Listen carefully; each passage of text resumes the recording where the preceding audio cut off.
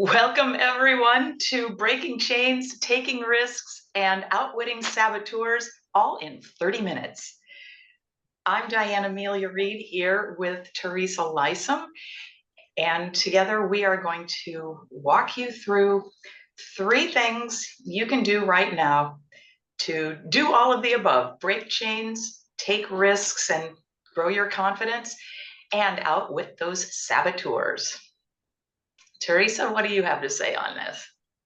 Um, yeah, I love all of this stuff. So I'm happy and delighted to share this with everybody, just to get a little sneak peek of what we have to offer. Yes. So let's kick it off with, excuse me, um, the very first one, which is breaking chains. And you wrote so beautifully about this in the book we just collaborated in, The Ultimate Guide to Leaving Your Legacy. So why don't you kick us off with maybe a little story about you breaking chains? Well, in this book, I wrote a story, a chapter about an epiphany I had ages ago as a young mom. And I was packing for a vacation. I don't want to give you all the details. You got to go look at the book. But it came to me that I was repeating patterns that my mom had done. And I wasn't even thinking about it. I was just on autopilot. It was just like something that I did, just copying the pattern without even thinking. When in a moment, literally, it was like, why? Why am I repeating this pattern? There's what's the reason behind it? And so I started questioning other things that I was doing, other behaviors, other seemingly simplistic things that I was doing in my life. And why was I doing them? Why was I putting scissors in a certain drawer in the kitchen, just as a simple example? Just because I was repeating a pattern that I had seen and grown up with. So I just got to a point, and I still do it to this day, questioning certain things like, where did that come from? Is it useful? Is it something I could change? Because I do have the ability to change any of those patterns at any point in time. And that was a really huge awareness for me that I do have that power. And if I'm not mistaken, you in that moment were looking at that pattern that you were enacting, and it was making you grouchy.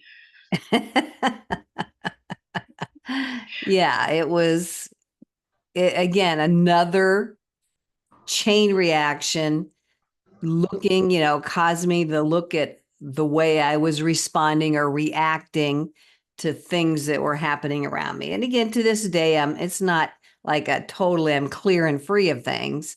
It's an ongoing process every day, or at least on a regular basis, reevaluating, at least having awareness and thinking about why are you doing something? Is Mhm. it useful? Is it serving you? Is it serving others? Or is it not? Are your emotions coming through in a negative way because of a repeated, habitual, default way of responding? Because that's how you learned to respond, from a previous generation. And just having the knowledge of knowing that, oh, yeah, that can change. I mean, it is, it's easier said than done sometimes, but it is something that can change. It can change instantly, or it can change just by chipping away at it, chipping away at it. I know I had a parallel experience. I was raised very with very logical parents, and they helped me make decisions by saying, "Look at your choices, weigh the pros, weigh the cons, and make your decision." And that seemed like really solid advice It does. until It I does seem like realized it's good it does, and advice. that's the thing. It seems smart and analytical, but what it didn't leave room for was, these are all lovely, but none of them match what I want. None of Mm, them are right for me. I'm going to go find the thing I want or create it myself. When I realized I had the agency to do that. It was like, Mhm. whoa, Yeah, yeah. it was a game That's changer. And it is again, a game changer. Yeah. just repeating a pattern that I had learned, and Mhm. not a bad one, not a bad Right. one at all. Right. And there are Yeah. times where that serves, but it's Right. not. Correct. Yeah. And I want to, reiterate that. And yes, they're not negative. They're not bad. We're not dismissing anything that we've learned from the past, but is it time to change it? And like you said, we have the power. We have to realize that that power is ours, that agency is ours. And not everybody has that realization. Yeah. And that kind of segues us in beautifully to our next little piece, because it can feel risky to Mm, make yeah. changes Oh to my patterns. gosh. Yes. Yeah. I Yes. learned this from my mom and dad. Am I disrespecting them if I don't do the same Hmm. thing? But Right. ultimately, you want to be aligned with you. And sometimes Hmm. choices other people have made don't align. So it can feel risky. And so the second thing in our quick three hit thing is taking risks. And a way that you can um, do that is by practicing small ones. So Hmm. I'll tell a quick story about, and I'll leave the backstory, although it makes much more drama in the telling. Um, as a kid, I got really shut down around music, even though I loved it, loved it, loved it, loved it, loved to sing, wanted to play drums. A well-intending adult told me girls don't play drums, and it was a whole slew of things like that. So I Hmm. packed all my musicality inside, and fast forward, I'm in my late 30s.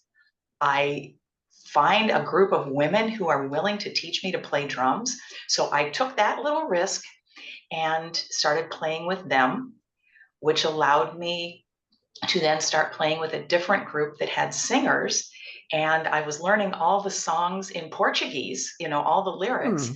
and I would get out on my rollerblades and sing them to the cows out in the fields. And but nobody, no human was going to hear that. But then one night at the rehearsal, the singer didn't show up for one of the songs, and the leader turned to me and he said, "Do you know this song?" And I froze because I felt like I bet. I was outed, because I I totally bet. knew it cold, but I had never sung into a mic, or certainly not in front of a band, or even really Mhm. out loud in front of people. So I just went, "Mm." And then I knew in that moment, if I didn't say yes, I would Mhm. hate myself Right, the rest of my right. life. And I was terrified, but I couldn't live with the internal loathing that I would Yes, yes, generate in that yes. moment. So I was scared, I was shaking. But as I got up there and I started doing it, I was so focused on doing it and not screwing up Mhm. that I got a little less scared.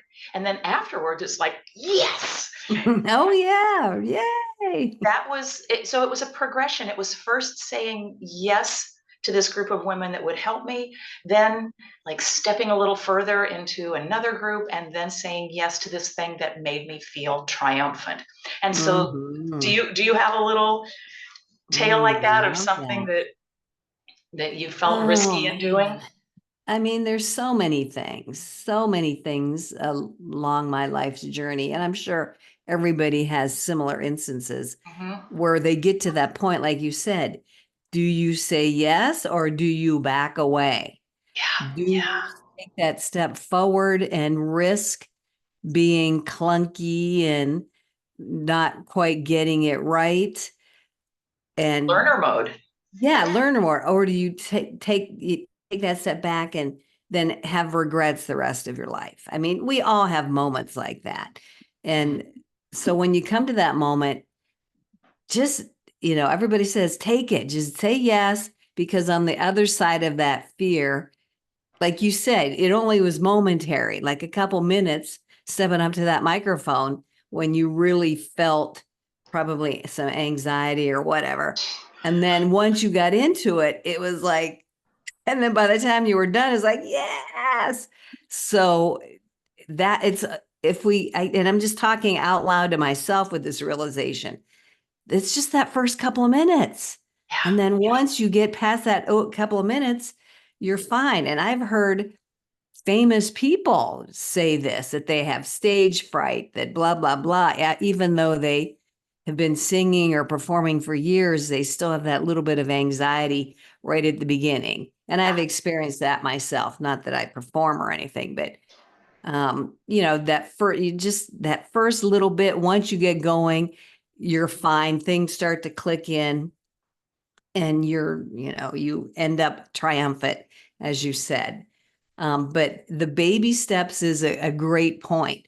Little baby steps, move yourself forward towards that. I know when it was way back, when it was suggested to me when I had business cards. Remember business cards? You get a little square Somebody, things. somebody suggested to me that I put my face on it. I'm like, oh, no, no, no, no, no, no, no. And she wanted me to put my face on my Facebook profile, like, no, no, no, no, no. But once I did that one little step, everything kind of like, oh, okay, well, if I did that, then I could put my face here. Oh, if I did that, then I could do, and then it got to videos and these other things. But it was that one little baby step, like you said, and we don't want to have regrets in our life.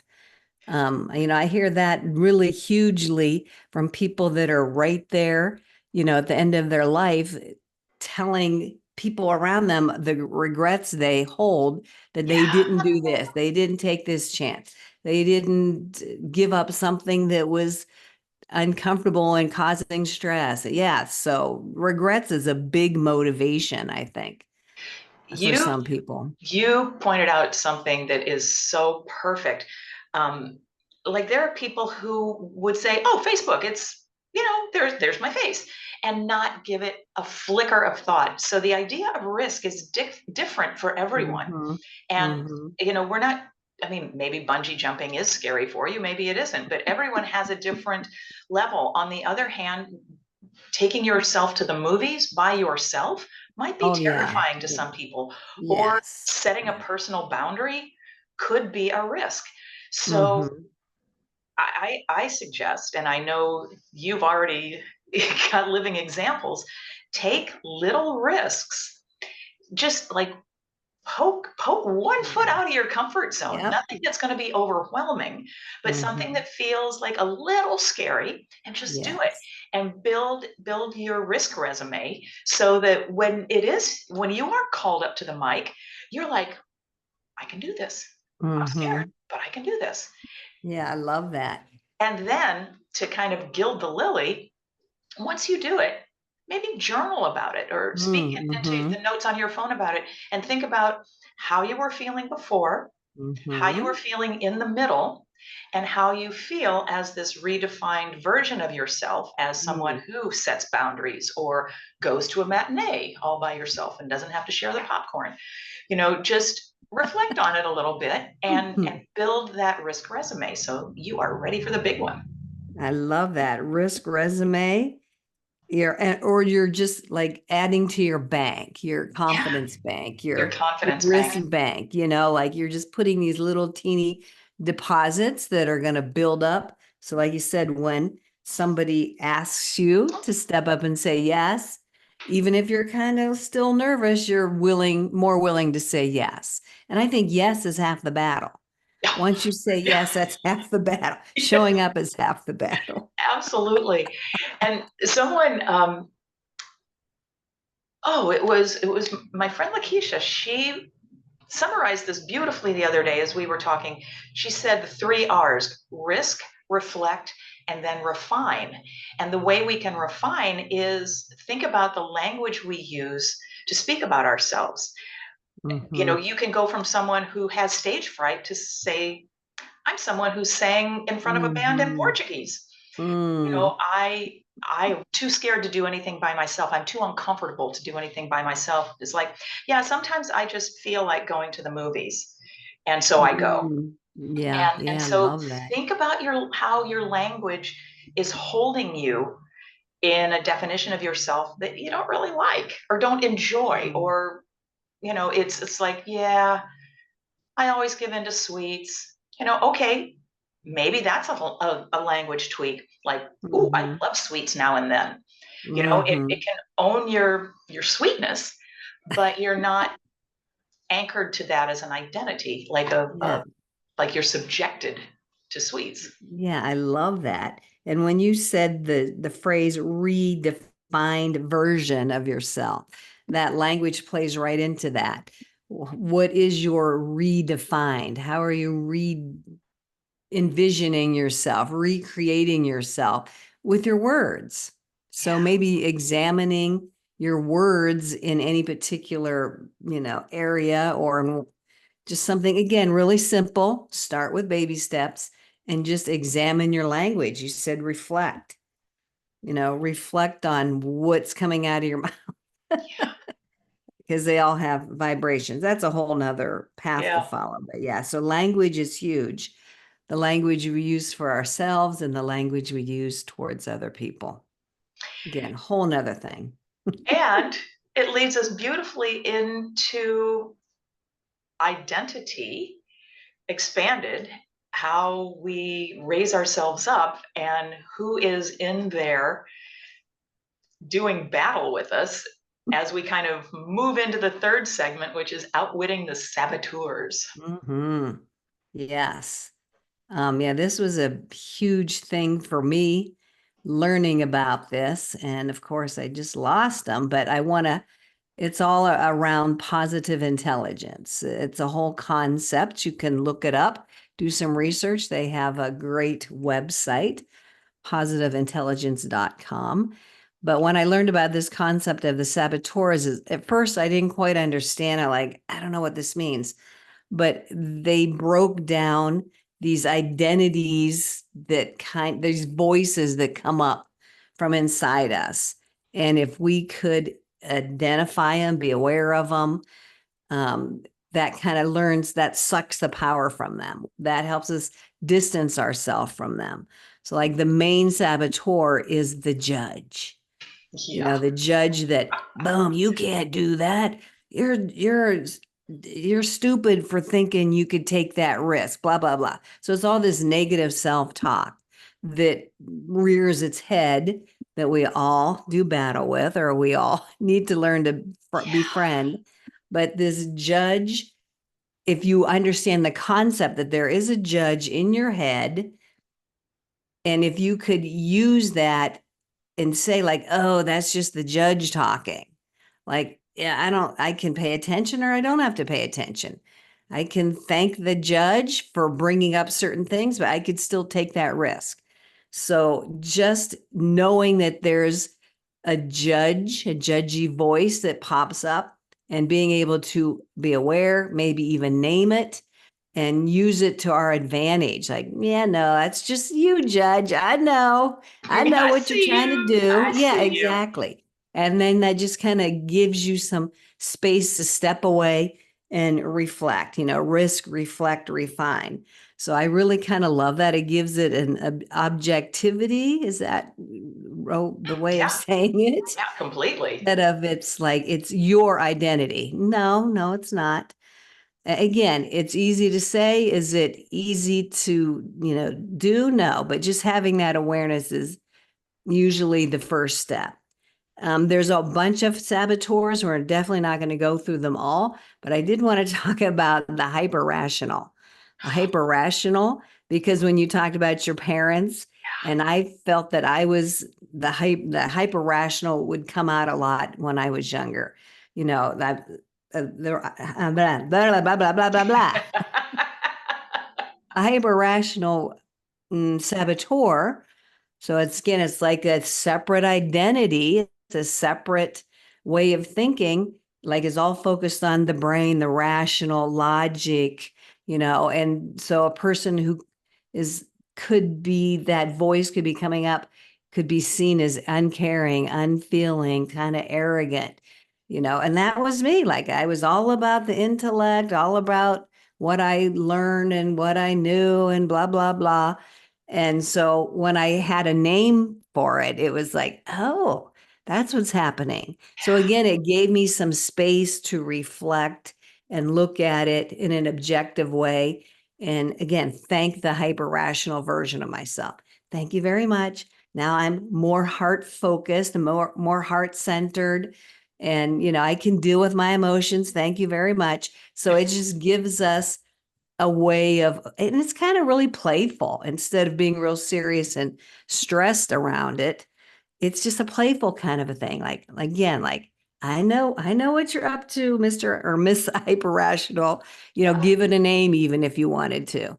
And it just allows you to be somewhat dismissive of it. Plus, whenever you shine a light on something that could be very negative, that negativity, that hyper rational, that judge starts to diminish. If there's a spider in the corner or the dark corner, you shine a light on it, it's going to go because it doesn't like light, that type of a concept. That's great. And two things are coming to mind. One is the idea of the judge and how, as little tiny humans, we don't land on this planet with the judge. The judge does not come with the package at Yeah, birth. thank you. Yes, yes, And yes. so I think of like, someone gave me this example once. Um, a baby learning to walk and falling on its little diaper a few times, it never just goes, oh, well, I guess I'm just not meant to walk. Yes, exactly. That's not a thing. And And give up. Yeah. just keep on going. And that Mhm. is in part because they are judge free. Yes, yes, yes. We can be so judgmental of ourselves.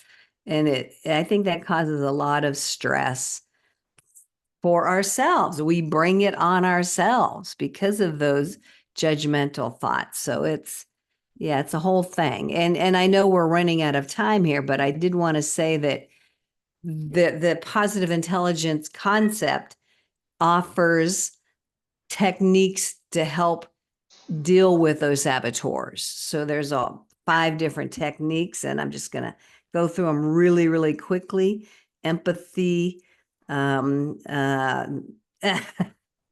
empathy, explore, innovate, navigate, activate, and they're tools that we have within us. We just learn to access them on a more regular basis. So we kind of diminish the saboteurs and raise the vibe and The the sage powers, wisdom. the power of the sage and the wisdom. It's in us. We just have to tap into it because it's kind of been squelched down and hidden for so long. Yeah, that judge can get really loud and squish Yep, everyone in its wake. for sure. So these were 3 rapid fire ways to just expand Boom, boom, boom. your you-ness, breaking chains, taking risks, and outwitting saboteurs. And these are just some of the things we talk about in the program that Teresa and I co-host, which is called Strengths Unleashed, your 30-day wellness revolution. And I think a lot of people hear that title and they think it's exercise and nutrition, which it is, but it's also all the rest. It's helping all participants create, to lean into their superpowers that Teresa helps define, and to take little risks and to do things to expand your sense of self while creating a health and wellness plan that makes sense for you because you've created it, Yeah. and that will then morph into something that works for you as a lifestyle. And Mhm. so we host this 4-week intensive, and then participants have another 11 months of guidance and support to practice this newly created plan, to see what Mhm. works and what doesn't, and to tweak it with guidance and support. So what did I forget to mention, Miss T? Well, we support you for the duration. The 4 weeks is an intense, I'm going to say like a boot camp type of a thing where we meet once a week and as a group, and then Diane and I both get to meet with you individually. So we have some private sessions as well as group sessions. And I just can't believe that a person in this program gets basically a whole year of support, accountability, resources, tools, because we want women to really create a sustainable, healthy wellness lifestyle that they're going to love, they're going to enjoy, and they're not going to, back out of, which many women have. They've started a program, backed out, started another one. This one will be more sustainable and long term. And again, a lifestyle that moves you into the future in a beautiful, graceful way. Yeah, with the energy for your life that Mhm. one wants to have.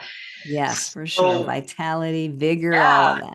yes, Mhm. yes, yes, all of it. So we will start the next section of Strengths Unleashed on Monday, which is October 7th. So if you're seeing this between now and then, please register now. You can just comment below and we'll send you information. We'll be in touch. And if you're seeing it after that, you can catch us again in January. Mhm. And then again 3 months later and 3 months after that. Yes, we're rolling it out every 3 months because it's helped people just really ignite their own journey in a great fun way. So we're excited to bring that to the world again.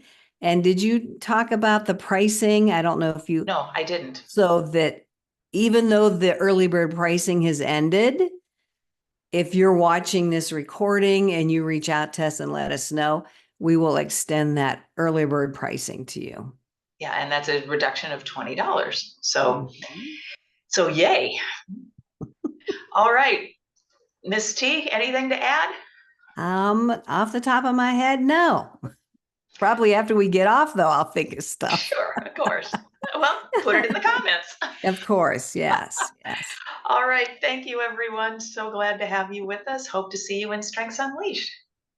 Bye-bye.